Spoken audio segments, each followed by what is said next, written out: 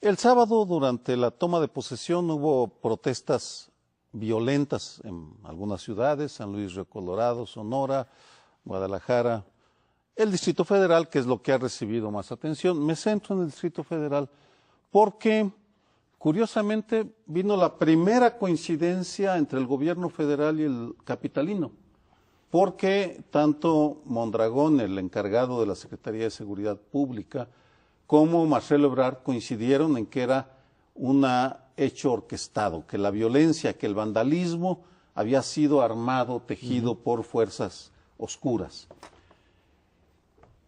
En efecto, sí hay indicios, suficientes indicios como para armar una hipótesis de que lo que vimos fue, por un lado, una protesta pacífica, legítima, de diferentes fuerzas inconformes con la llegada de Enrique Peña Nieto, con la falta de equidad y de juego limpio, totalmente correcto porque es un derecho ganado el que nos inconformemos con la poca calidad de nuestra democracia, sea electoral o participativa. Pero también salió esa franja de violentos, algunos de los cuales, según el diario Reforma, recibieron 300 pesos para lanzarse a afectar la Alameda y los comercios frente a la Alameda. Creo que no es un hecho que las nuevas autoridades federales y capitalinas puedan meter abajo de la alfombra y conformarse con enviar al reclusorio, a los reclusorios a quienes son acusados de un delito. Debe haber una investigación clara, rápida, explícita, en la cual se nos diga qué fuerzas armaron esa provocación que afecta sobre todo al movimiento estudiantil 132 y a todos aquellos que tienen el derecho, se han ganado el derecho a inconformarse pacíficamente con los gobernantes que tenemos. Además, tenemos una larga tradición de protesta en la Ciudad de México que nunca había derivado en eso. Yo suscribo plenamente lo que has dicho. Agregaría un punto. Creo que es tan importante estudiar quién los mandó, como pedirle al gobierno del Distrito Federal que nos diga por qué hay esos grupos. A mí me preocupa que hayan sido particularmente tolerantes con un conjunto de grupos violentos, que no sé si son los Franciscos Villas, si los reclutan en los porros tradicionales, pero en el conflicto, por ejemplo, de la Universidad Autónoma de la Ciudad de México, el viernes pasado en el museo, ahí en el centro de la ciudad, salía la rectora con el subsecretario de Gobierno de la Ciudad de México y había varios grupos con tono violento. La pregunta era, yo no sé el subsecretario de Gobierno para dónde veía, que no ve todos estos grupos que están en la Ciudad de México. En otra época se llamaban porros. Por tanto, me preguntaría, ¿quién movió a esos grupos? Anarcos o no sé cómo les llamaban. ¿Y por qué existen todos esos grupos y quién los mantiene? Durante muchísimos años, cuando tuvimos gobiernos priistas en la ciudad, se decía que eran como la reserva de golpeadores para reventar asambleas y todo lo demás. Yo me pregunto, y lo digo con toda seriedad, pero con todo vigor, ¿por qué se permite en una ciudad democrática que sigan albergando este ejército de porros que son utilizados en un momento determinado para hacer lo que hicieron el sábado? ¿A quién le conviene? Eso es la pregunta de una novela de detectives, ¿no? ¿A quién le conviene el crimen que se ha cometido para tratar de explicarlo? A la izquierda, desde luego, es a la que menos le conviene, porque ellos van a ser objeto de satanización ahora toda la izquierda. El grupo 132 ya empezó el día sábado, cuando se estaban transmitiendo todos estos hechos. El representante del 132 se oía francamente, no solamente nervioso, sino agobiado. ¿Qué hacemos? Vamos a ir a la estación del metro y ahí vamos a dar unas declaraciones. Habían pensado en la protesta de tiempo atrás, porque esta sí ya tenía bien pensada del 132, y de repente los rebasan esta violencia y no tienen una respuesta inmediata. Hay que deslindarse, pero ¿cómo? Entonces, si es a la izquierda a la que afecta, ¿de dónde viene? No puede venir más que de dos fuentes, supongo yo. Una es de un genuino digamos, ansiedad de protestar y es una oportunidad. Y ahora sí destruyo lo que encuentro porque lo traigo de hace mucho tiempo y ahora sí, a ver, pónganseme enfrente.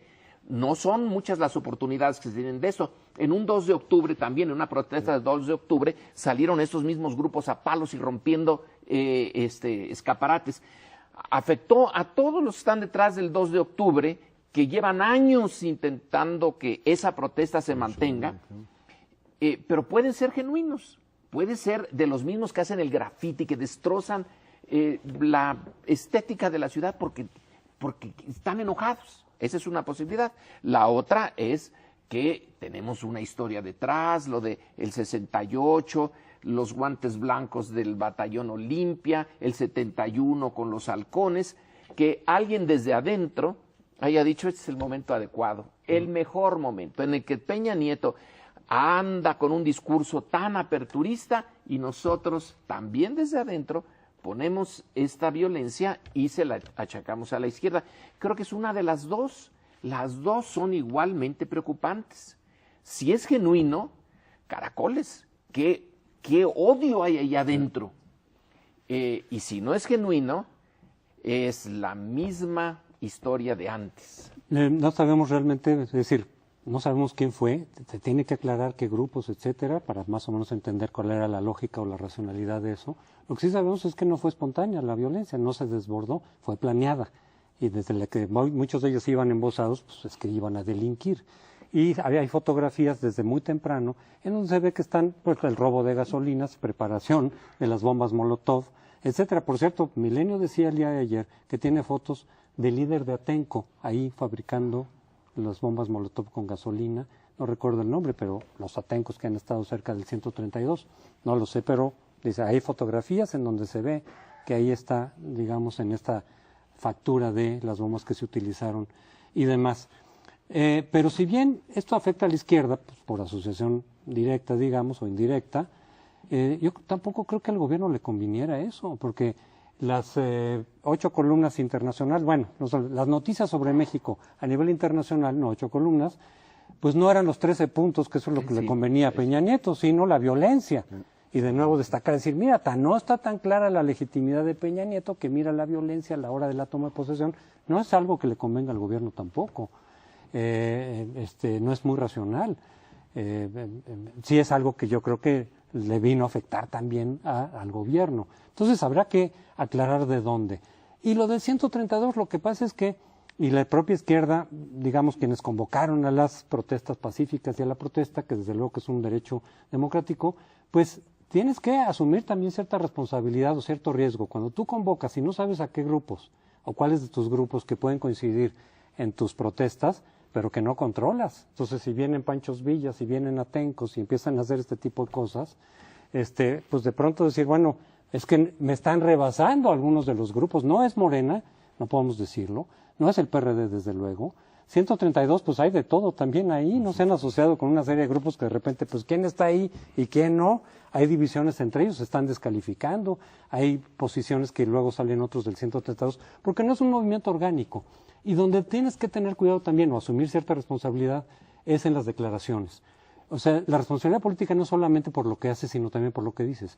Si llevas meses diciendo, si hay imposición habrá revolución, y luego empieza a haber manifestaciones de violencia, no, oiga, no, pues es que, bueno, pues que estás diciendo que si hay imposición hay revolución, bueno, pues yo nomás decía, pues era de broma, pues no se lo tomen en serio. Pues cuidado, porque hay gente que sí se lo toma en serio. Sabemos que hay grupos muy radicales, que no están en Morena ni en el PRD, pero hay grupos muy radicales por varios lados. Estos mismos que dicen que les pagaron 300 pesos, dicen, son de la Unión Revolucionaria de la Juventud, no sé qué. Pues hay que ver si eso es un mero membrete o si efectivamente son grupos que andan por ahí, que sabemos desde hace tiempo que son violentos. Sí,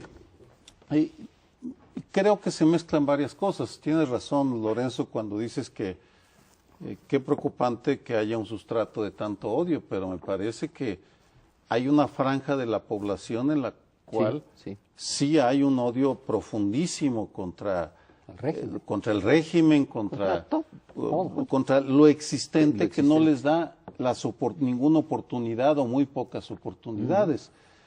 Y en ese sentido también este hecho saca a colación o las tripas de los movimientos y cómo la violencia los tensa y los obliga a definirse, porque el movimiento 132 es muy diverso, es muy plural, de la misma manera que el movimiento del 68 también fue plural, también tuvo un ala violenta, un ala pacífica, se interrumpió por los acontecimientos de Tlatelolco el 2 de octubre, pero aquí lo que tal vez el 1 de diciembre sea un recordatorio para el movimiento estudiantil o los movimientos sociales de que tienen que tener una postura bien articulada, bien tomada frente a la violencia y qué van a hacer, porque simplemente no podemos ignorar que el país es un pasto que fácilmente puede incendiarse.